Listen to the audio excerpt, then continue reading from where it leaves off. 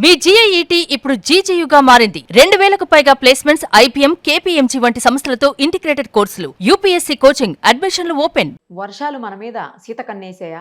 ఎందుకు ఈ వర్షాభావ పరిస్థితులు? ఏ కారణాలతోటి వర్షాలు వర్షాకాలంలో పడాల్సినంత పడకుండా డ్రైగా సమ్మర్లో ఉన్నట్టే ఉంది ప్రజెంట్ అట్మాస్ఫియర్. ఈ క్లైమాట్ కండిషన్స్కి కారణం ఏంటి? ఒక్కసారి మనం వాతావరణ శాఖ అధికారి శ్రీనివాస్ గారిని అడిగి తెలుసుకుందాం. నమస్తే అండి. ఏంటండి ఎల్నినో అంటున్నారు, ఒక పక్క వర్షాలు లేవు, ఎక్కడ గ్రౌండ్ వాటర్ లెవెల్స్ పడిపోయాయి. హైదరాబాద్లో అయితే తాగునీటికి కూడా ఇబ్బంది పడేటువంటి పరిస్థితులు. ఎన్ని రోజులు ఇలాగ? మీరు మొదటి నుంచి చెప్తూనే ఉన్నారు ఖచ్చితంగా ఈ సంవత్సరం వర్షాలు తక్కువ ఉంటాయి అని చెప్పేసి. కానీ ఎట్లా అసలు మరి వర్షాభావ పరిస్థితిని ఎలా ఎదుర్కోవాలి? మరోవైపు పంటల విషయంలో కూడా మీరు వరి పంట ఆపేయండి, వేరే ప్రత్యామ్నాయ పంటలు చూసుకోండి అని చెప్పి అధికారులు చెప్పేటువంటి పరిస్థితి. వేసినటువంటి పంటలు కూడా ఎండిపోతున్నాయి. ఎలాగా? ఎల్నినో పరిస్థితుల గురించి మనం మార్చి నుంచి చెప్తున్నాము. అది సివియర్ గానే ఉండే అవకాశం ఉంది. పైగా గత 3-4 సంవత్సరాలు బట్టి మనం లానిన ఆపోజిట్ ఫేజ్ లో ఉండి పుష్కలంగా వర్షాలు వచ్చే ఫేజ్ లో ఉన్నాము. అందుకని ఈసారి ఈవెన్ నార్మల్ రెయిన్ పడినా కూడా లాస్ట్ టైం అంతా ఎక్సెస్, మనకి 30% ఎక్సెస్. సో ఈసారి ఈవెన్ నార్మల్ రెయిన్ పడినా కూడా చాలా లోటు ఉన్నాయి. ఎక్సెస్ అని అనిపించలేదు, ఎందుకంటే మన అవసరాలు కూడా పెరిగిపోతున్నాయి సిటీల్లో తాగునీటి వనరులకి. అలాగే ఏటికేడు మన ఈ వ్యవసాయం చేసే ఏరియా కూడా పెరిగిపోయి మనకి వాటర్ రిక్వైర్మెంట్ ప్రతి ఏడు పెరుగుతూ ఉంటుంది. సో ఆ పెరుగుతున్న సమయంలో మరి ఇలాంటి ఎల్నినో వచ్చినప్పుడు తప్పనిసరిగా ఇబ్బందులు అనేవి ఉంటాయి. ఈ ఎల్నినోలో ముఖ్యంగా మనకి ఈ వర్షాభావం తగ్గడం, వర్షపాతం తగ్గడమే కాకుండా మెయిన్ గా మనకి ప్రాబ్లం ఏమిటంటే ఈ డిస్ట్రిబ్యూషన్ అనేది సరిగా ఉండదు. డిస్ట్రిబ్యూషన్ సరిగా ఉండకపోవడం అంటే ఎక్కువ కొన్ని చోట్ల విపరీతమైన వర్షాలు పట్టము, పడిన 4 రోజులు విపరీతమైన వర్షాలు పట్టము, లేని చోట పూర్తిగా ఇలాగా రెయిన్ షాడో లాగా అయిపోవడము, ఇటువంటి పరిస్థితి ఉంటుంది. మనం June last week, July first week లో చూసాం. వెస్ట్రన్ కోస్ట్ లో మనకి గుజరాత్, మహారాష్ట్ర, కర్ణాటకలో అత్యంత భారీ extremely heavy rains 65 to 70 centimetres కూడా రెయిన్ పడింది. వేరే అదే సమయంలో మనకి పూర్తిగా నో రెయిన్. సో ఇటువంటి సిచ్యుయేషన్స్ కంటిన్యూ అవుతాయండి. సో ఈ సిచ్యుయేషన్ లో మనం ప్రజెంట్ గా వరి సాగు చేయడానికి అయితే చాలా ఇబ్బందులు ఉంటాయి. ఎందుకంటే ఈ జెస్టేషన్ పీరియడ్ లాంగ్ పీరియడ్ ఉంటుంది, ప్లస్ దానికి వాటర్ రిక్వైర్మెంట్ చాలా ఎక్కువ ఉంటుంది.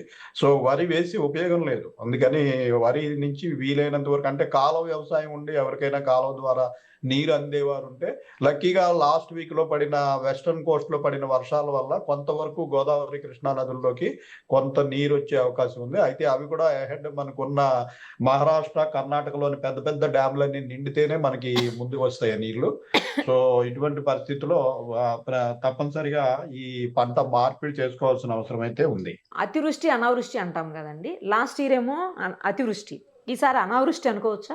ఇంచుమించు అనావృష్టి. అంటే ఐఎండి డెఫినేషన్ ప్రకారం అనావృష్టి అంటే మనకి 85% కంటే తక్కువ రెయిన్స్ పడితేనే అనావృష్టి. సో ఈసారి మనం 90% వరకు పడతాయని ఇచ్చాం కాబట్టి పూర్తిగా అనావృష్టి, డ్రాట్ అని ప్రకటించలేదు కానీ బట్ డెఫిషియెంట్ రెయిన్స్ అనమాట. అహెడ్ మనకి ఈ మాన్సూన్ 2 నెలలు అయిన తర్వాత మిడ్ టర్మ్ ఫోర్కాస్ట్ వస్తుంది మళ్ళీ మనకి, మిగిలిన 2 నెలలు ఎట్లా ఉంటుంది అని. సో దాన్ని బట్టి మళ్ళీ రివ్యూ చేసి, అయితే కొన్ని చోట్ల రెయిన్స్ పడుతున్నాయి. ఇప్పుడు వెస్ట్రన్ కోస్ట్ లో ఎక్సెస్ రెయిన్స్ పడాయి. అలాగే మనకి ఇటు ఒడిశా, ఛత్తీస్గఢ్ ప్రాంతంలో కూడా కింద 10 రోజుల క్రితం వచ్చిన అల్పపీడనము, డిప్రెషన్ వల్ల అక్కడ కూడా వర్షాలు పడినాయి. ఇప్పుడు జూలై నెల, ఆగస్టు నెల 2 నెలలు కూడా విపరీతమైనటువంటి వర్షాలు పడాల్సిన అవసరం ఉంటుంది. జనరల్గా పంట విషయంలో కావచ్చు, లేకపోతే తాగునీరుకి, సాగునీరుకి, రెండింటికి కూడా అవసరం ఉంటుంది. బట్ ఇప్పుడు అసలు ఏమీ లేకుండా ఇంత దారుణమైన పరిస్థితులు ఉంటే తాగునీరు పరిస్థితి ఏంటి సార్ అసలు? తాగునీరుకి, సాగునీటికి డెఫినెట్ గా కొంత ఇబ్బంది అయితే ఉంటుందండి. అందుకనే ఈ వర్షాలు పడినప్పుడు డెఫినెట్ గా వాటిని సేవ్ చేసుకోవాల్సిన అవసరం ఉంది. ఈ సేవ్ చేసుకోకపోయినట్టయితే చాలా ప్రాబ్లం ఉంటుంది. అదే మనం మొదటి నుంచి చెప్తున్నాము. కొన్ని చోట్ల ఎక్సెస్ రెయిన్స్ పడతాయి. ఎక్సెస్ రెయిన్ పడినప్పుడు వాటిని డెఫినెట్ గా సేవ్ చేసుకోవాల్సిన అవసరం. ఎలా అసలు ఈ పరిస్థితులకి కారణాలు ఏమనుకోవచ్చు? అంటే ఒక సంవత్సరం ఎక్కువ పడితే, ఒక సంవత్సరం తక్కువ పడితే అట్లా కామనా, లేకపోతే ఈ సంవత్సరం ఏమైనా ప్రత్యేక పరిస్థితులు ఉన్నాయా వర్షాభావానికి?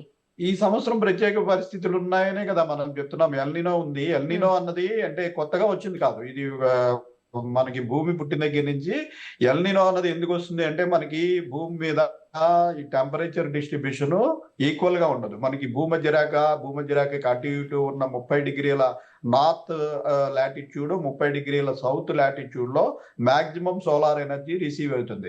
మనం పైకి పోయిన కొద్దీ కిందకి పోయిన కొద్దీ లోయెస్ట్ టెంపరేచర్ నుండి మనకి పోల్స్ వైపు, అందుకనే మంచు ఖండాలు ఉంటాయి అక్కడ. సో మనకి నేచర్ లక్షణం ఏంటంటే ఎప్పుడు ఈ టెంపరేచర్లు కానీ ఏదైనా ప్రెషర్స్ కానీ ఈక్వల్ చేయడానికి ట్రై చేస్తుంది. సో ఈక్వల్ చేయడానికి ఏంటంటే అటు నుంచి మనకి పోల్స్ నుంచి చల్లగాలులు భూమధ్యరేఖ వైపు, ఈ భూమధ్యరేఖ నుంచి వేడిగాలులు అటువైపు మూవ్ అవుతూ ఉంటాయి. ఈ మూవ్ అయ్యే ప్రక్రియలో మనకి సముద్రాలు ఒక్కొక్కప్పుడు వేడెక్కుతాయి. ఒక పక్కన వేడెక్కడం కొన్ని సంవత్సరాలు, మరో పక్కన వేడెక్కడం కొన్ని సంవత్సరాలు. ఇది ఒక సైకిల్. మనకి మాన్సూన్ వచ్చినట్టుగా ఇదొక సైకిల్ అన్నమాట. ఈ సైకిల్లో మనకి పసిఫిక్ మహాసముద్రం ఎక్కడి నుంచి అయితే మన మాన్సూన్ గాలులు వస్తాయో ఆ పసిఫిక్ మహాసముద్రంలో కొన్ని సంవత్సరాలు పశ్చిమ వైపున వేడిగా ఉండి తూర్పు వైపున చల్లగా ఉంటాయి. కొన్ని సంవత్సరాలు తూర్పు వైపున చల్లగా ఉండి పశ్చిమాన వేడెక్కుతాయి. సో ఈ మనకి తూర్పున లేదా సెంట్రల్ పసిఫిక్ లో వేడెక్కినప్పుడు అది ఎల్నినో పరిస్థితి. దీనివల్ల ఏమవుతుందంటే మనకు వచ్చే మాన్సూన్ గాలుల్లో వేగం తగ్గి, ఈ తేమ కూడా తగ్గి, మనకి వర్షాలు తగ్గిపోయి ఈ వర్షాలు వేరే వైపు మనకి సౌత్ అమెరికా, పెరు అటువైపు ఎక్కువ పడటం జరుగుతుంది. ఇటువంటి పరిస్థితులు మనకి ప్రతి 4-5 ఏళ్ళకి ఇది ఒక సైకిల్ అన్నమాట. అంటే ఇది కరెక్ట్ గా 1 ఇయర్కి వస్తుందా, 2 ఇయర్స్ వస్తుందా అని కాదు. ఎందుకంటే సముద్రం అంటే కొన్ని వేల కిలోమీటర్ల భూభాగం. ఈ సముద్రపు వాటర్ వేడెక్కడము, చల్లారడము అనేది చాలా దీర్ఘకాల ప్రక్రియ.